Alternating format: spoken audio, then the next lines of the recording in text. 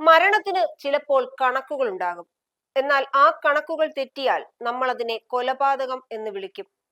ബംഗളൂരുവിലെ ഒരു IT ഉദ്യോഗസ്ഥയുടെ മരണം ഇന്ന് അത്തരമൊരു ഗണിതശാസ്ത്ര ചോദ്യമായി മാറിയിരിക്കുകയാണ്. 5 അടി 7 ഇഞ്ച് ഉയരമുള്ള ഒരു യുവതിക്ക് വെറും 6 അടി മാത്രം ഉയരമുള്ള ഒരു ശുചിമുറിയിലെ വെന്റിലേറ്ററിൽ തൂങ്ങി മരിക്കാൻ സാധിക്കുമോ? ആത്മഹത്യയെന്ന് ഭർത്താവ് പറയുമ്പോൾ അല്ല, ഇതൊരു പക്ക കൊലപാതകമാണെന്ന് തെളിവുകൾ നിരത്തി കാർത്തികയുടെ മാതാപിതാക്കൾ വിളിച്ചു പറയുന്നു. കഴിഞ്ഞ ഫെബ്രുവരി 20 ബംഗളൂരുവിലെ ഒരു ഫ്ളാറ്റിനുള്ളിൽ MTech ബിരുദധാരിയായ കാർത്തിക വി നായരെ മരിച്ച നിലയിൽ കണ്ടെത്തുന്നു. ആത്മഹത്യയെന്ന് കരുതിയ കേസിൽ ഇപ്പോൾ പുറത്തു വരുന്നത് നടുക്കുന്ന വിവരങ്ങളാണ്. മരണം നടന്ന സമയത്ത് കാർത്തികയുടെ ഭർത്താവ് നിഖിൽ ഫ്ളാറ്റിലുണ്ടായിരുന്നു.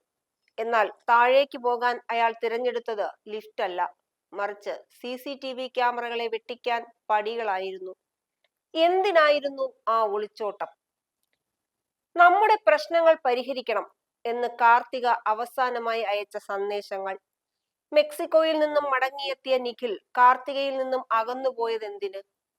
ഈ വാട്സപ്പ് ചാറ്റുകളിൽ ഒരു കൊലപാതകത്തിന്റെ ഗൂഢാലോചന ഒളിഞ്ഞിരിപ്പുണ്ടോ?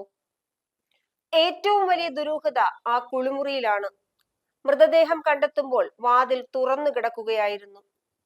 5.5 അടിയോളം ഉയരമുള്ള ഒരാൾക്ക് തന്റെ തലയേക്കാൾ കഷ്ടിച്ച് 5 ഇഞ്ച് മാത്രം ഉയരമുള്ള ഒരു വെന്റിലേറ്ററിൽ തൂങ്ങാൻ കഴിയില്ല എന്ന സാമാന്യ ബോധമാണ് പോലീസിനെതിരെയും ഭർത്താവിനെതിരെയും വിരൽ ചൂണ്ടുന്നത്.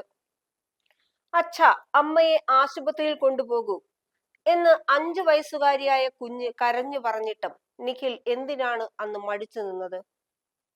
ഇതൊരു അച്ഛന്റെയും അമ്മയുടെയും വിലാപമല്ല, മറിച്ച് നീതിക്ക് വേണ്ടിയുള്ള പോരാട്ടമാണ്. മുഖ്യമന്ത്രി മുതൽ DGP വരെ നീളുന്ന പരാതികൾ. കൊല്ലം അഞ്ചലിലെ ആ വീട്ടിൽ ഇപ്പോൾ കാർത്തികയുടെ ഓർമ്മകൾക്കൊപ്പം നീറുന്ന ഒട്ടേറെ ചോദ്യങ്ങളുണ്ട്. ബംഗളൂരു പോലീസ് മൂടിവെക്കാൻ ശ്രമിക്കുന്ന ആ രഹസ്യം പുറത്തു വരുമോ? നമുക്ക് കാത്തിരിക്കാം.